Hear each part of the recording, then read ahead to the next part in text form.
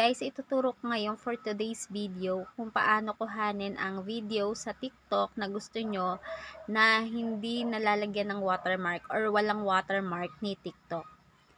So una, punta muna kayo sa TikTok. Yan. Puntahan nyo yung TikTok.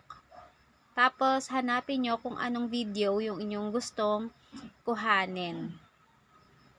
Yan. Pili lang kayo dyan kung anong video ang gusto nyo. So, ayan. Halimbawa, iyan. Yan ang kukunin natin. Pindutin nyo lang yung arrow na pababa. Ayan, may bilog. So, pag napindot nyo na yan, i-click nyo yung copy link. Yan. Pagka-click nyo ng copy link, punta kayo sa Chrome. Google Chrome.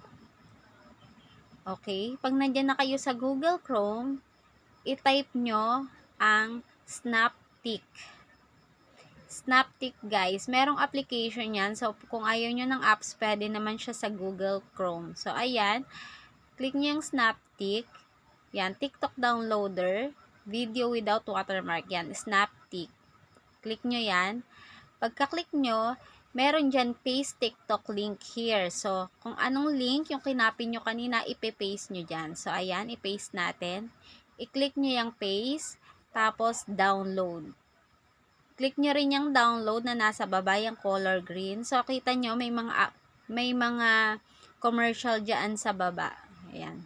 So, ayan, makikita nyo, pag naklik nyo yung download, makikita nyo yan kung anong link yung inyong kinapi. So, ayun, makikita nyo file downloaded. Na-download na siya.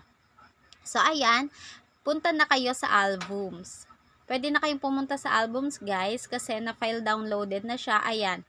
Makikita nyo na sa inyong gallery yung inyong dinownload.